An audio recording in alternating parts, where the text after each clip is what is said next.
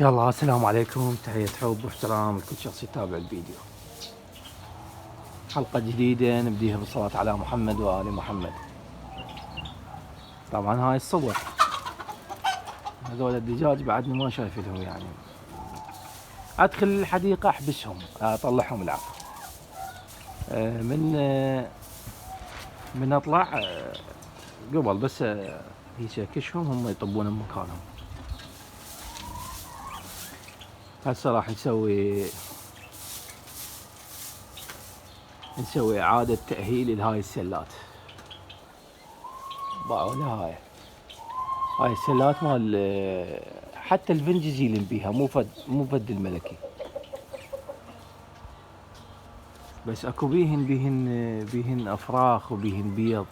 هسه مثل ذيك وحده هناك ما تبين بالنارنج، هذيك ما اقدر اسويها. اخوان باعوا لي باعوا هاي الطيرة، هاي كنارة بالاصوات. شفتوها قبل فترة، جبناها هنا بالحديقة وفتحناها، وشلون فتحناها بنهاية ذيك الايام الجو كان بارد وهم متزوجين طبعا هي والذكر، عزلناهم بقفص فترة وتزاوجوا وبيضوا. يفضل أن ينتجون بالقفص بعدين ينفتحون. بس طلع البيض غير مخصب. فتحتهم بالحديقة، بدأت تنام هنا فوق هذا القفص مال النقل. خليتها العش هنا، هسه نايمة بيه، يمكن مبيضة والله يمكن. مكان دافي هذا فوق محمي من فوق، خليت لهم هذا العيش. وهسه هي نايمة، بلكي الله مبيضة، يمكن أنا أعتقد مبيضة.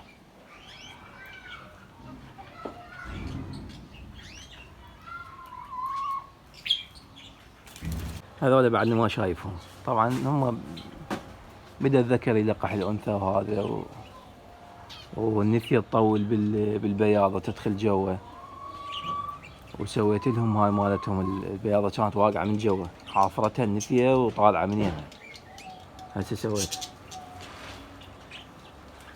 هذا البلبل بدأ يطلع ياخذ راحته هنا. ذاك البلبل ما يأذي طبعا. إن شاء الله يتوالفون هالأيام، لأن هسه بدأ الموسم. هي لو باقي النثية الحمد لله على كل حال، لو باقي النثية كان هسه بيضة. معقولة تعبانة من الكسل، ما ادري نثيه فحل، ما ادري، هو قال لي نثيه والله كريم. هذا السنجاب نريد اللزمه، هذا نريد نعزل مكانه، ننظف مكانه، هذا الكوخ مالته يعني ما مسوي له فتحات من جوا حتى ينزل اللي خاف يتبول، هذا ما مسوي له فتحات. فهسه راح شو نسوي؟ راح اللزمه ونطلعه ونعزل مكانه، يعني نرتبه، نشوف شنو الاحتياجات العوزه.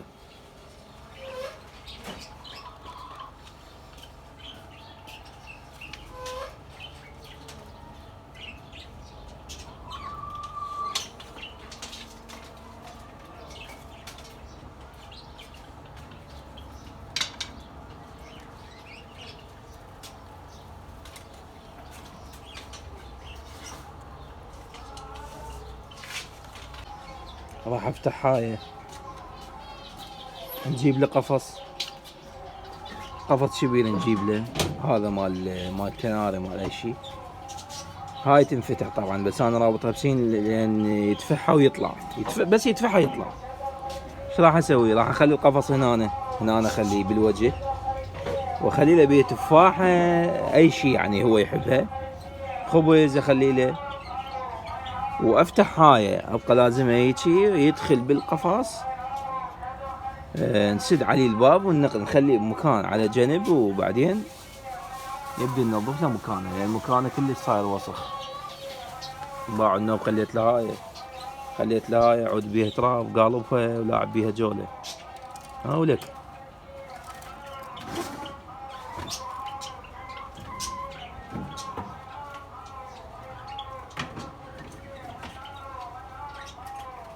يا رب المي. ها ولك صادوك وانت النشر. طبعا هذا شي اللي عقلبنا، يلا كضيناه. طريقة ديناميكية هيك جبناها، خلينا القفص هذا بباب قريب على الفتحة ذيك، خلينا هذا أكل، بس دخل سدينا الباب. هذا الدجاج ما لكم علاقة بيه. يابا شوف شو تسوي له باع، شلون نفخت ريشه عليه. هذا هسه نرتب مكانه وننظفه وهذا ونرجع نفتحه بيه. والله حسبالنا وسخ العش مالته، طلع نظيف نظيف وابد ما بيه ريحه ابد. هاي العش مالته باعوا، وبعد هذا جوا كومه، حتى علاليه قلام باع شلون نظيف وناشف. وهاي راح تبيض، يعني انا دني جبتهن هيك والله، يعني مو هذا ديك بقى وحده خطيه شفت واحد يصيح ذني بياضات بياضات، قلت خله اجيبهن وسعرهن كلش مناسب. جبت له 3 قلت خله اخليهم بالحديقه، هم ينظفون وهمين يعني هم انا مسوي لهم هذا قاطع كبير كله يمكن 1.5 متر هيجي، من ادخل افتحهم من اطلع ارجعهم.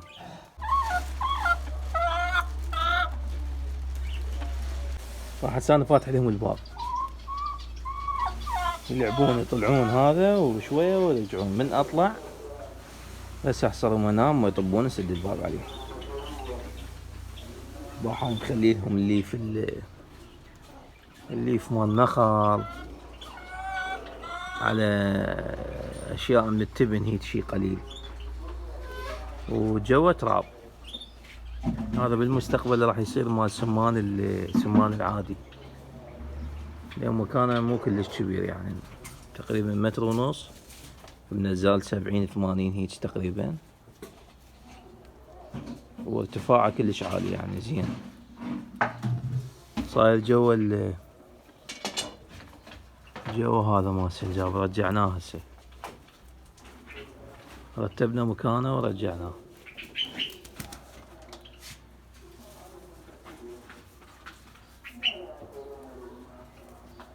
طبعا ابد نهائيا ما بي ريحه. هسه شفنا هذا العيش مالته، شفناه كله ريحه فستق هيك وبندق وهالسوالف، بس شنو يطلع ريحه لا تخلون له شو اسمه، تخلون له علبه مال مي، علبه مال اكل، يقوم يتبول تكرمون بيها، يتبول بالعلبه فيطلع ريحه. اذا هيك لا نهائيا ما. هسه انا باعوا اعطيه خبز هاي بالقاعده اللي بالمشبك جوا تراب، طبعا جوا هذا مال دجاج تراب، وهذا الاكل هنا اعطيه له هيك يعني من الفتحه ذني، فتحه ذني اعطيه عبر له الخبز التفاح اي شيء. بس اذا تخلون له علبه وبيها يعني تخلون بيها اكل تكرمون يقوم يتبول بيها، هذا تصير هاي الروائح. انا هسه انت اشوف شكو بالله بعشه مسوي هوسه، طلع كله هاي الحشيش ما حشيش ماكو، اعطيه له ويصعده وشلون مقطعه ومسوي مكان مرتب.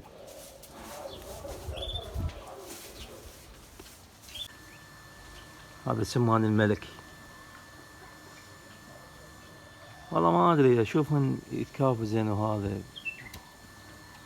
بس بيض ماكو.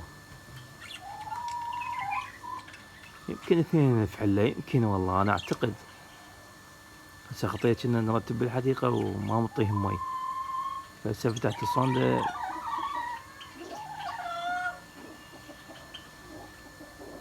شوف هسه خلينا لهم هذا المي كلها راح تسبح. اول واحد هذا البلبل وشلون جاي على المي.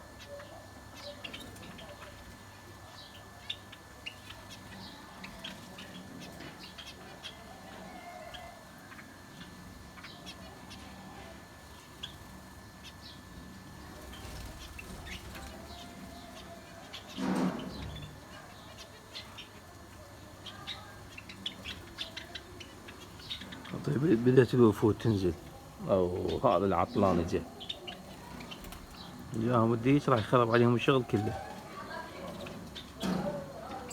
هذا النابليون هم اذية، بس هو ما يقتل الطيور، يخوفهم يعني، يجوا سريع وهذا يطيرون، بس ابد ما يقتلهم ابد.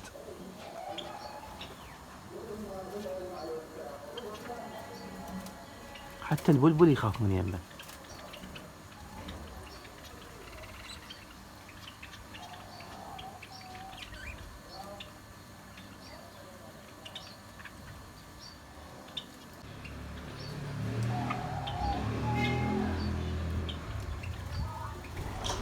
هذا صاحبنا ينتل، بس تضغط لايك تنتل، دير بالك.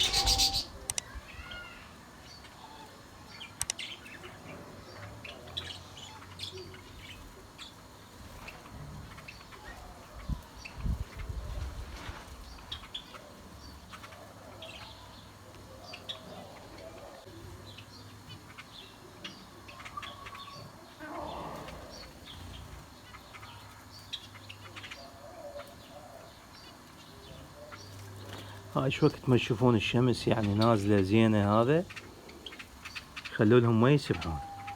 السباحة كلش مهمة لهم، كلش يعني.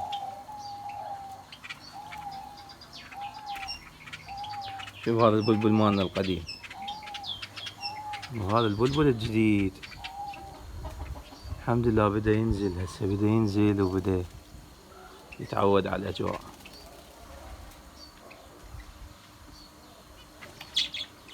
هذا الكناري يسبح هنا، يسبح بالتراب، ما يحب عصان لا يسبح.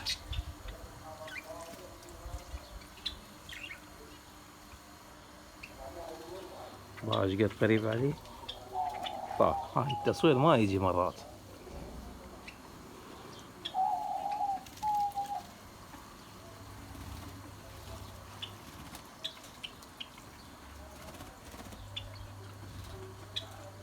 هذا الجديد، شوف شلون حجمه صغير وهذا، بينما مالنا القديم طاولة.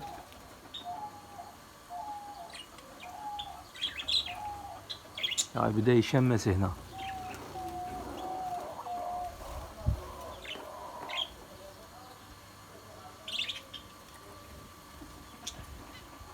هاي الجديد سبح،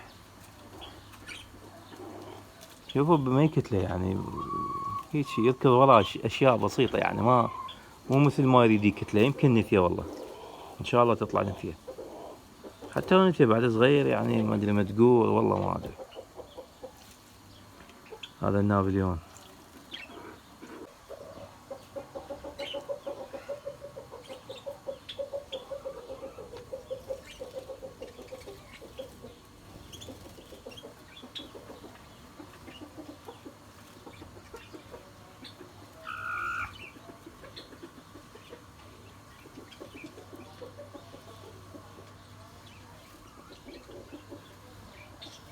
سمعت بالمويه، سمعت بالسبح، سمعت الوادم كلها تسبح.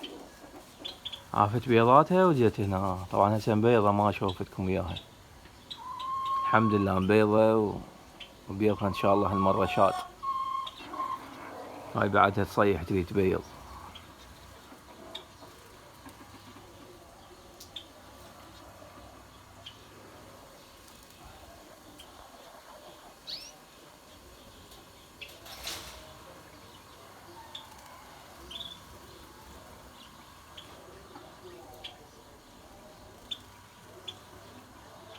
وش سدفتهم هاي الحركة شنو ما ادري. تشيل من هذا الاعواد وتذب على ظهرها، بينما هذا مسوي، هي مسوي عيش ومسوي كذا. هاي بس من تريد تبيض هيك تسوي. هسه صارنا ساعة متانيها لا من بيضت بس دقاقي.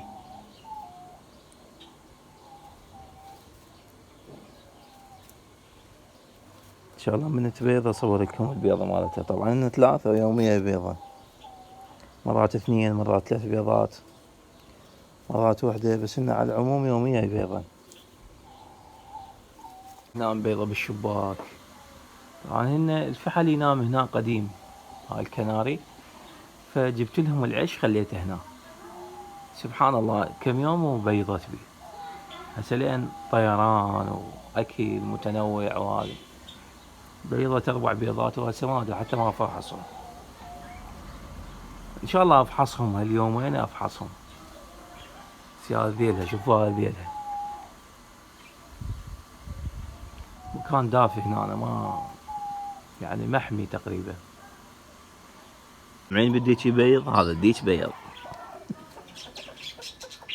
والله. هذا بيضة جوا هسه باعوا ذيك. ما شاء الله ما شاء الله. بديك بياض. لا طبعا هي صارت بإحدى المحافظات العراقية، يمكن بالعمارة، هيك بالعمارة، اي بالعمارة صارت. ديك مبيض، بس هنا ما مبيض ترى. هذا هو من تبيض الدجاجة يجي ينام فوقها، يجي يحضن البيضة، ما ادري. هاي من الغرائب. شوفوا، هو القصد يرتب المكان يمكن هيجي.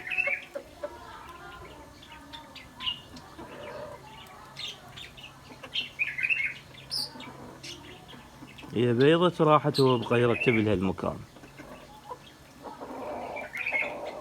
تعال يلا كافي شهرتنا. تعال تعال تعال. ديك يكرك وديك بيض ما صايرة ابد. هسه هاي السلوكيات مال واحد مال دجاجة كرك. هلا ابو شلون حضنها.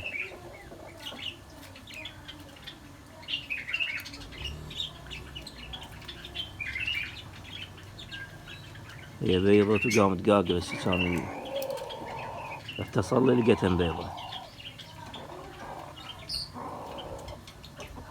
خوش بيضة والله، هيك كبيرة البيضة مالتها.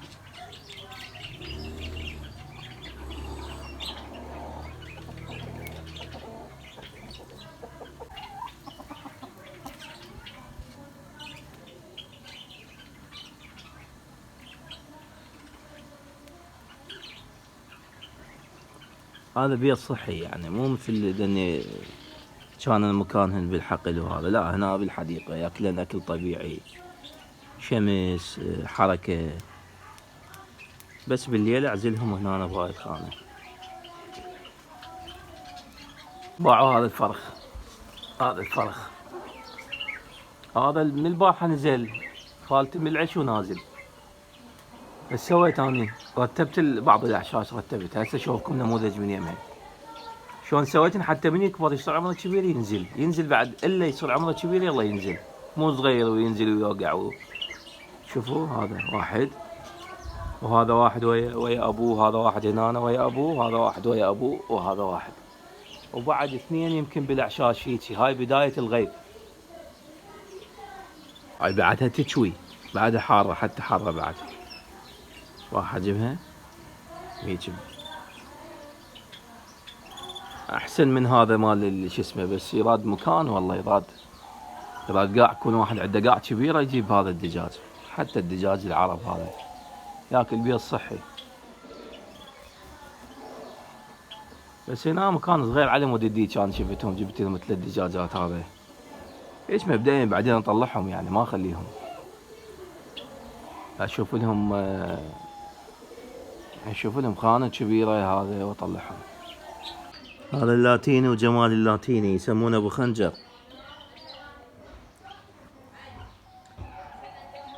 تعرفون هاي النباتات تقريبا شبه دائمية يعني، مو دائمية.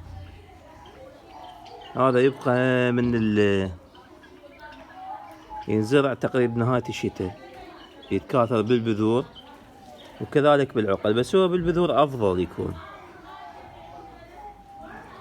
خل اشوفكم شلون بالبذور. هسه هاي هنا ورود، هاي كلها ورد.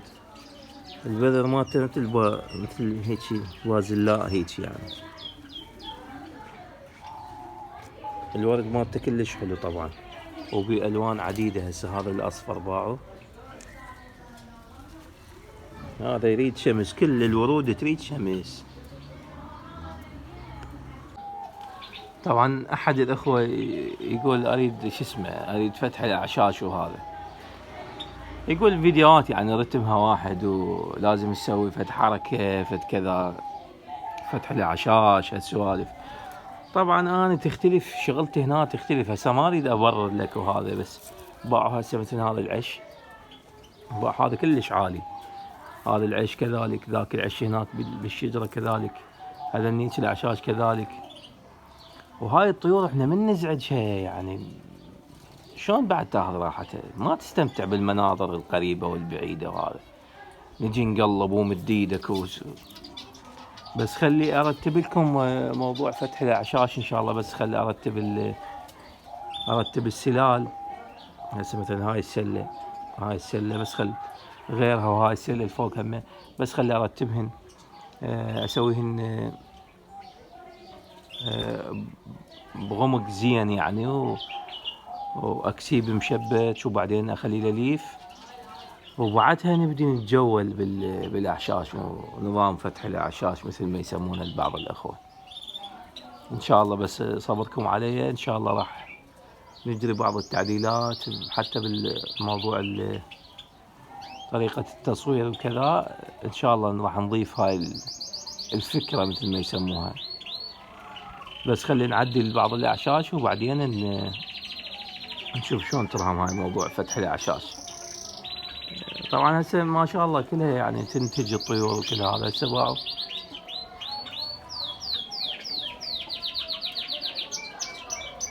يعني هسه هذا الفرق اللي شفتم اصلا ما اندل من نزل، لان الاماكن عاليه. باعوا هسه هاي الاعشاش كلها عاليه، فما اندل من ياعش نزل من يا هذا، ولا احسب لهم ولا افحص البيض، هم براحتهم. بس ان شاء الله منا وهيك شي نبدي نشوف ما دام تحبون موضوع فتح الاعشاش وهذا، نبدي نغير الطريقة يعني، نبدي نثبت الأعشاش زين وهذا ونخليها حسب المتناول يعني، متناول الكاميرا إن شاء الله. هاي نهاية الفيديو، تحياتي للجميع.